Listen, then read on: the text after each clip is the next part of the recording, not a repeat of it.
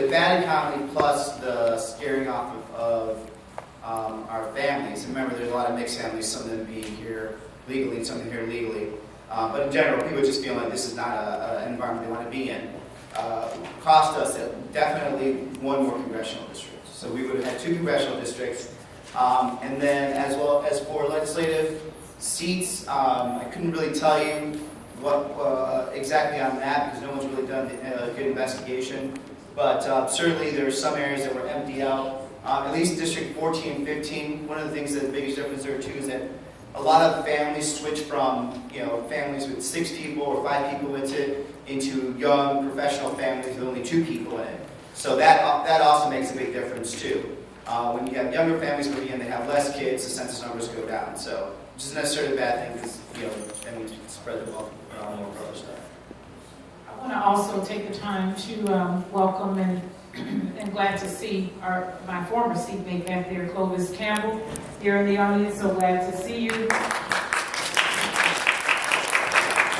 And also our council member, Michael Johnson, who's here. I know, Michael, you had a question, comments you'd like to make? I was trying to understand, I'm trying to make sure I get the map, but there's one map where you show the Black and African American population density. The Black and African American population density. Yeah. There's some areas where it looks like that's cut out, and we're getting other areas like on this map, and then here it looks like just north of the 10, there's a lot of African American density, but it's kind of like cut out on this map what you would be actually re-looking at. In the areas on this map where it shows the dark population of the most African Americans, a lot of that's cut out on this, on this aid that you're looking at. I don't really know that map, but here's the thing. District 16 and Tacoma, you had 35,000 more population. You had to essentially take out of your district. So it becomes a matter of where do you take it out and what do you keep together. And essentially, the thought was to keep South Phoenix whole. And so if you've got to lose people, you're going to lose from the north or from the west. How about, is it necessity that we keep Guadalupe? If we're moving all these black folks out of here, but we're saving Guadalupe, we could just as easily keep the black folks over here. We can do that. I do know that the town of Guadalupe wants to be in the South Phoenix. Well, these black folks probably want to be in South Phoenix. But again, It's like, can we work something out? we want to get comments. The comments are really important as we move along with all of this. What was the cross streets on that? Because I don't have the map you're seeing. That one right there. No, The map you're pointing at, I don't have that map. I have that. Sorry, it's Chris. I haven't seen that either. I'm Representative Catherine Miranda, and I just wanted to make a point here that for the past 40 years in District 16, we have been able to represent in our legislature the diverse representation. And what I'm excited about is that this map that we're going to present maintains that. So we're able to just maintain our diverse representation in the legislature. I know Representative Miranda mentioned when you push a button, when we were on that program, another area pops up. And the difficult part was that we had to get rid of 35,000 people. People kept asking me, and I know I mentioned it to Senator Leah Landrum and Richard here, that they wanted to get rid of our airport because there wasn't a lot of voters there. And I didn't think that was smart because we do have 3 very important arteries of transportation. And so we fought for the airport. let me just say, and essentially, if you're talking this area, essentially 1,000 people what we're talking about. As big as this seems, then it's 1,000. So, this whole area right here is really business, the airport and all that. So as big as it may seem, it's really just about 1,000 people in there. How many people does Guadalupe represent? I believe it's like about 6,000. 2,000, is it? I don't know, I can check it out. So, And again, that's why this map is here as a presentation. I think we're definitely moving along a good track.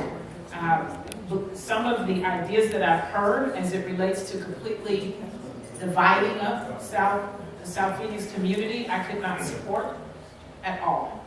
But if there are things that we want to discuss, if it's, tweaking this one here or there, then we can talk about that. But keeping in mind, if we tweak one thing, then, it's tweak that again, and so, but these are the things, we want to make sure we're getting input, important input, so, thank you.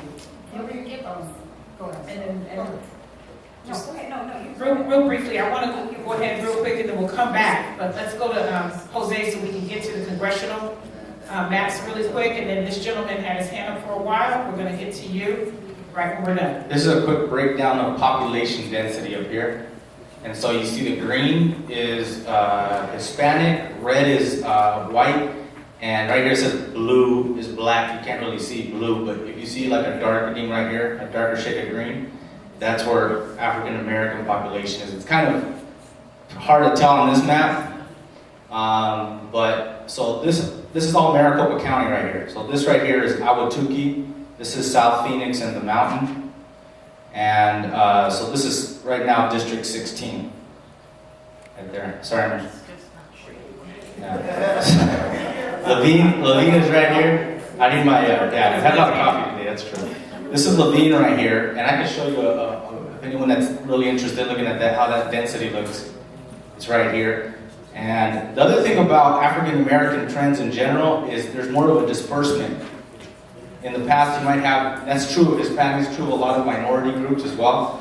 They might cluster in certain areas, but African American trends have been dispersed a little bit more from urban neighborhoods to suburban.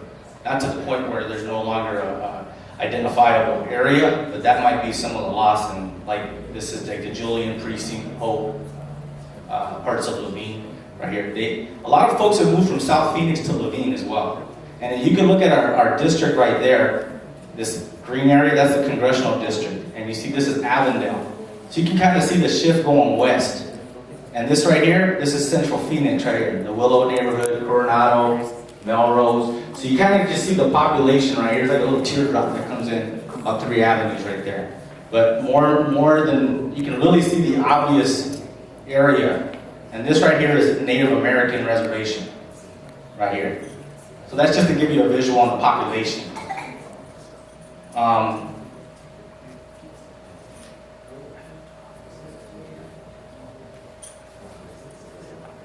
This next slide is the statewide population. And so you can see how red the state looks. And this right here again is Native American reservations. So this is Hispanic green, that's Nogales right there. This is the western part of Maricopa County, and then right there is the map I just showed you, Maricopa County, Central Phoenix and South Phoenix and Levine. And this right here is Yuma. So you can see though how red the area is.